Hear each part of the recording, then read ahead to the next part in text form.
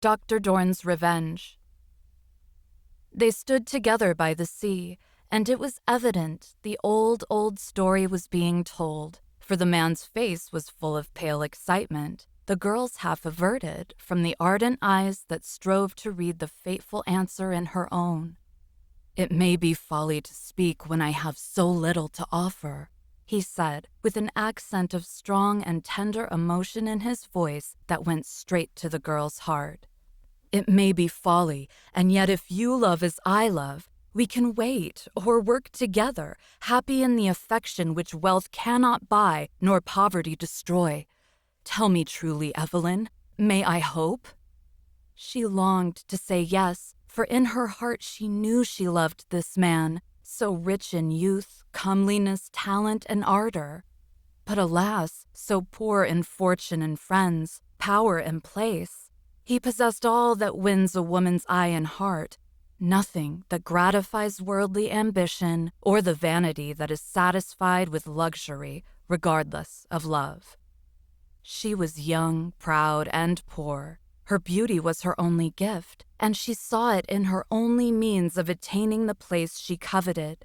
She had no hope but in a wealthy marriage.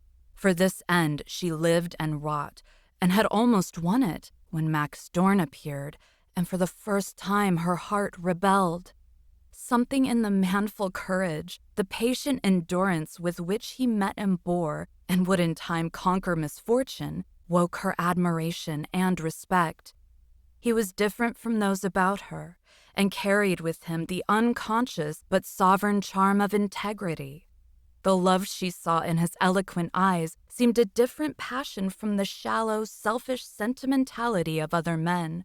It seemed to ennoble by its sincerity, to bless by its tenderness, and she found it hard to put it by.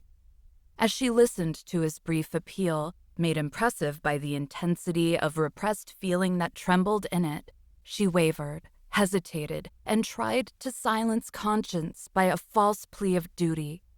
Half turning with the shy glance, the soft flush of maiden love, and shame, she said slowly, "If I answered yes, I should wrong both of us, for while you work and I wait that this may be made possible, our youth and strength will be passing away, and when the end is won, we shall be old and tired, and even love itself worn out." "If it be true love, it never can wear out," he cried impetuously. But she shook her delicate head, and a shadow passed across her charming face, paling its bloom and saddening its beauty. "I know that poets say so, but I have no faith in the belief. Hearts grow gray as well as heads, and love cannot defy time any more than youth can. I've seen it tried, and it always fails." "So young, yet so worldly wise, so lovely, yet so doubtful of love's dominion," murmured Max, on whom her words fell with a foreboding chill. "I have felt the bitterness of poverty, and it has made me old before my time," she answered, with the shadow deepening on her face. "I could love you, but I will not." And the red lips closed resolutely as the hard words left them. "Because I am poor?" "Because we are poor." For an instant, something like contempt shone in his eyes. Then pity softened their dark brilliance, and a passionate pain thrilled his voice as he said, with a despairing glance, "Then I may not hope." She could not utter the cruel word no that rose to her lips. A sudden impulse ruled her. The better nature she had tried to kill prompted a truer answer, and love, half against her will, replied, "You may hope. A little longer." "How long?" he questioned, almost sternly, for even with the joy of hope came a vague disquiet and distrust. "Till tomorrow." The telltale color flushed into her cheeks as the words escaped her, and she could not meet the keen yet tender eyes that searched her downcast face. "Tomorrow?" he echoed. "That is a short probation, but none the less hard for its brevity, if I read your face aright. John Meredith has spoken, and you find money more tempting than love." Her head dropped on her hands, and for an instant she struggled with an almost irresistible impulse to put her hand in his and show him she was nobler than he believed. But she had been taught to control her natural impulses, to bend her will, to yield her freedom to the one aim of her life, and calling it necessity, to become its slave. Something in his look and tone stung her pride and gave her strength to fight against her heart. In one thing he was mistaken. John Meredith had not spoken, but she knew a glance from her would unlock his tongue, for the prize was almost won, and nothing but this sudden secret love had withheld her from seizing the fruit of her long labor and desire. She meant to assure herself of this beyond all doubt, and then, when both fates were possible, to weigh and decide as calmly as she might. To this purpose she clung, and lifting her head with a proud gesture, she said, in the cold, hard tone that jarred upon his ear and made discord in the music of her voice, "You need not wait until tomorrow. Will you receive your answer now?" "No, I will be patient, for I know something of temptations like this, and I have faith in the nobility of a woman's heart. Love or leave me as you will, but Evelyn, if you value your own peace, if you care for the reverence of one who loves you utterly, do not sell yourself, for wealth so bought is worse than the sharpest poverty. A word will put me out of pain. Think of this today. Wear these to remind you of me, as that jewel recalls Meredith, and tonight return my dead roses, or give me one yourself." He put the ruddy cluster in the hand that wore his rival's gift, looked into her face with a world of love and longing in his proud eyes, and left her there alone. If he had seen her crush the roses on her lips and drench them in passionate tears, if he had heard her breathe his name in tones of tenderest grief and call him back to save her from temptation, he would have turned and spared himself a lifelong loss and saved her from a sacrifice that doomed her to remorse. She crept into a shadowy nook among the rocks and searched herself as she had never done before. The desire to be found worthy of him swayed her strongly and almost conquered the beliefs and purposes of her whole life. An hour passed, and with an expression more beautiful than any ever seen upon her face till now, Evelyn rose to seek and tell her lover that she could not give his flowers back. As she stood a moment, smiling down upon the emblems of love, a voice marred the happiest instant of her life. A single sentence undid the work of that thoughtful hour. "Meredith will never marry pretty Evelyn."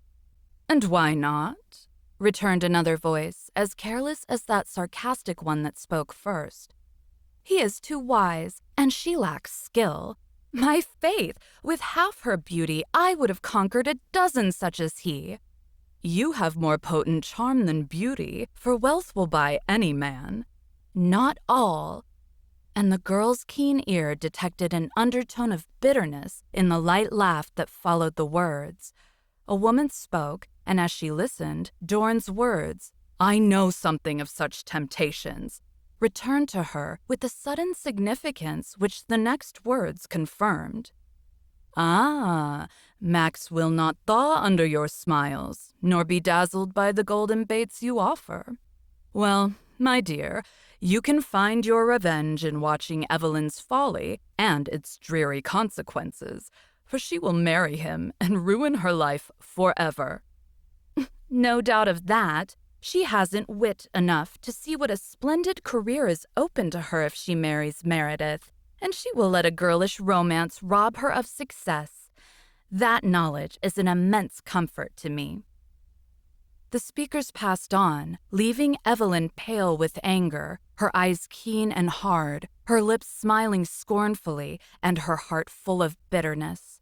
The roses lay at her feet, and the hand that wore the ring was clenched as she watched mother and daughter stroll away, little dreaming that their worldly gossip had roused the girl's worst passions and given her temptation double force. "She loves Max and pities me. Good. I'll let her know that I refused him, and teach her to fear as well as envy me. A splendid career. and she thinks I'll lose it. Wait a day and see if I have not wit enough to know it, and skill enough to secure it. Girlish romance shall not ruin my future. I see its folly, and I thank that woman for showing me how to avoid it. Take comfort while you may, false friend. Tomorrow, your punishment will begin." Snatching up the roses, Evelyn returned to the hotel, congratulating herself that she had not spoken hastily and pledged her word to Dorn. Everything seemed to foster the purpose that had wavered for an hour, and even trifles lent their weight to turn the scale in favor of the mercenary choice. As if conscious of the struggle going on within her, Meredith forgot the temporary jealousy of Dorn, that had held him aloof for a time, and was more devoted than before. She drove with him, and leaning in his luxurious barouche, passed Dorn walking through the dust. A momentary pang smote her as his face kindled when he saw her, but she conquered it by whispering to herself, "That woman would rejoice to see me walking there beside him. Now I can eclipse her, even in so small a thing as this." As the thought came, her haughty little head rose erect. Her eye wandered, well pleased, from splendid horses, liveried servants, and emblazoned carnage, to the man who could make them hers, and she smiled on him with a glance that touched the cold heart which she alone had ever warmed. Later, as she sat among a group of summer friends, listening to their gossip, she covertly watched her two lovers while she stored up the hints, opinions, and criticisms of those about her. Max Dorn had youth, manly beauty, and native dignity, but lacked that indescribable something which marks the polished man of fashion, and by dress, manner, speech, and attitude betrayed that he was outside the charmed circle as plainly as if a visible barrier rose between him and his rival. John Meredith, a cold, grave man of 40, bore the mark of patrician birth and breeding in every feature, tone, and act. Not handsome, graceful, or gifted, but simply an aristocrat in pride and position as in purse. Men envied, imitated, and feared him. Women courted, flattered, and sighed for him, and whomsoever he married would be, in spite of herself, a queen of society. As she watched him, the girl's purpose strengthened, for on no one did his eye linger as on herself. Every mark of his preference raised her in the estimation of her mates, and already was she beginning to feel the intoxicating power which would be wholly hers if she accepted him. "I will," she said within herself. "Tonight he will speak, and tomorrow brilliant future shall begin." As she dressed for the ball that night, an exquisite bouquet of exotics was brought her. She knew who sent them, and a glance of gratified vanity went from the flowers to the lovely head they would adorn. In a glass on her toilet bloomed the wild roses, fresh and fragrant as ever. A regretful sigh escaped her as she took them up, saving softly, "I must return them, but he'll soon forget, and so shall I." A thorn pierced her hand as she spoke, and as if daunted by the omen, she paused an instant while tears of mental, not physical pain filled her eyes. She wiped the tiny drop of blood from her white palm, and as she did so, the flash of the diamond caught her eye. A quick change passed over her, and dashing away the tears, she hid the wound and followed her chaperone, looking blithe and beautiful as ever. John Meredith did speak that night, and Max Dorn knew it, for his eye never left the little figure with the wild roses half hidden in the lace that stirred with the beating of the girlish heart he coveted. He saw them pass into the moonlit garden and stood like a sentinel at the gate till a glimmer of white foretold their return. Evelyn's face he could not see, for she averted it and turned from the crowd as if to seek her room unseen. Meredith's pale features were slightly flushed, and his cold eyes shone with unwonted fire, but whether anger or joy wrought the change, Dorn could not tell. Hurrying after Evelyn, he saw her halfway up the wide staircase and softly called her name. No one was near, and pausing, she turned to look down on him. Never had she seemed more lovely, Yet never had he found it hard to watch that beloved face before. Without a word, he looked up and stretched his hands to her, as if unconscious of the distance between them. Her rich color faded, her lips trembled, but her eyes did not fall before his own, and her hand went steadily to her breast as in silence, more bitterly significant than words, she dropped the dead roses at his feet. "Is Dr. Dorn at home?" The servant glanced from the pale, eager speaker to the elegant carriage he had left, and though past the hour, admitted him.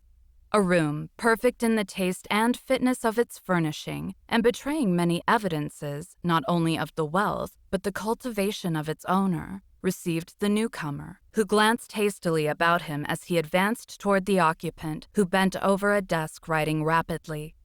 "Dr. Dorn, can you spare me a few moments on a case of life and death?"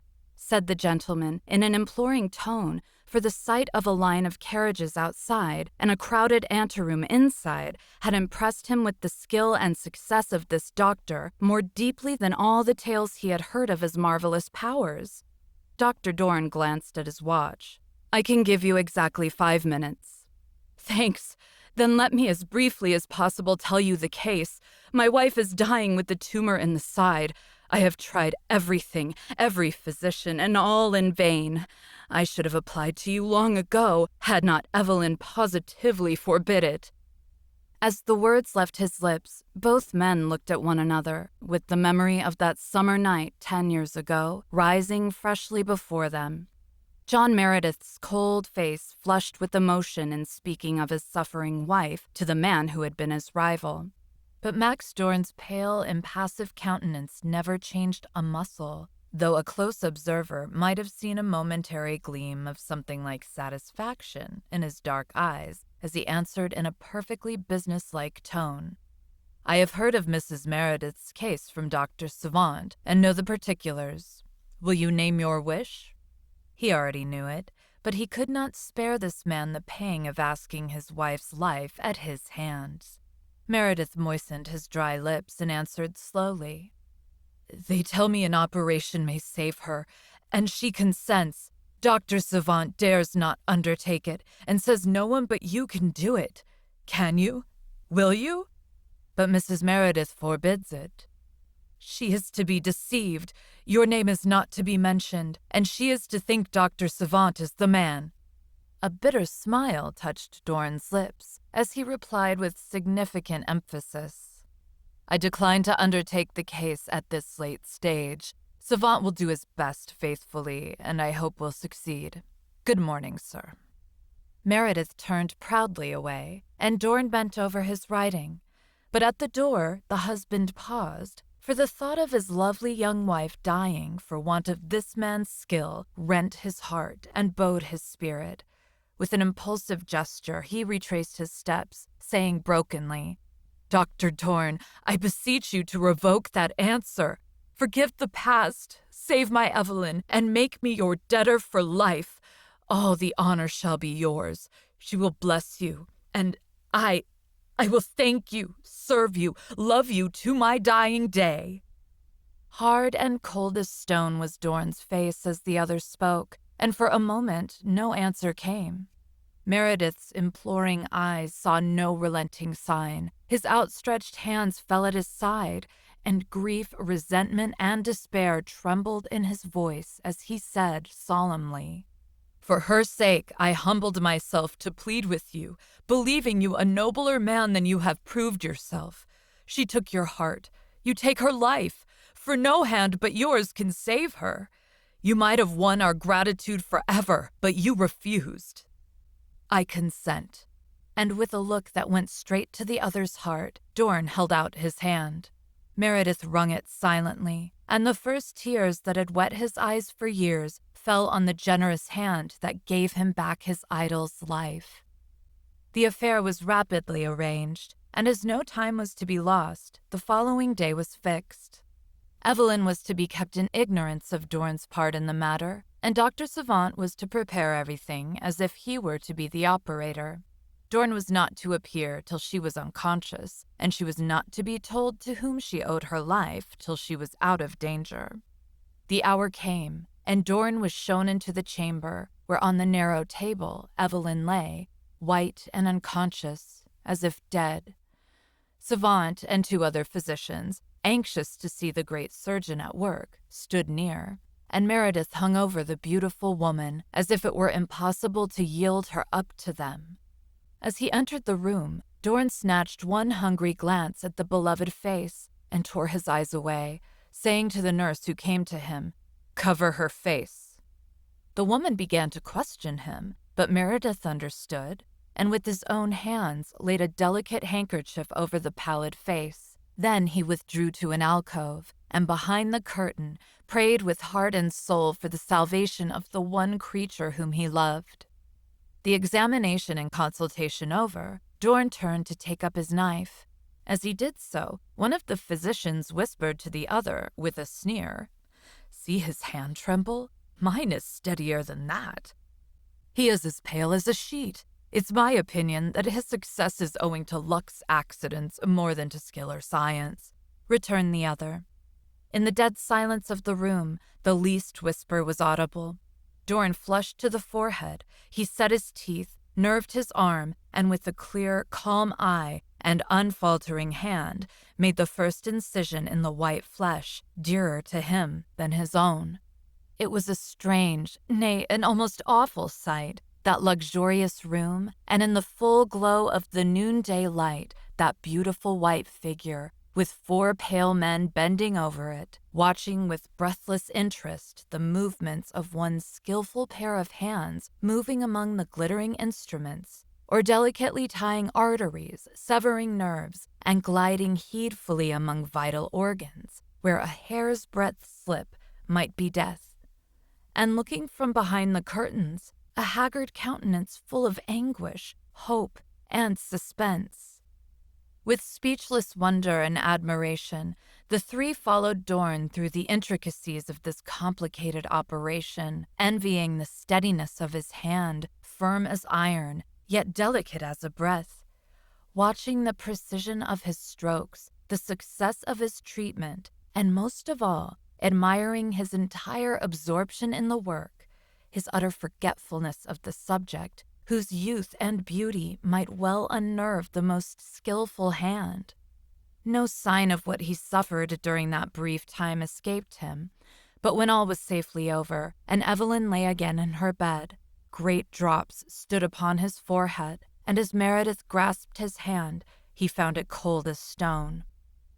To the praises of his rivals in science, and the fervent thanks of his rival in love, he returned scarce any answer, and with careful directions to the nurse, went away to fall faint and exhausted on his bed, crying with the tearless love and longing of a man, "Oh, my darling, I have saved you only to lose you again, only to give you up to a fate harder for me to bear than death." Evelyn lived, and when she learned to whom she owed her life, she covered her face, saying to her hungry heart, "If he had known how utterly weary I was, how empty my life, how remorseful my conscience, he would have let me die."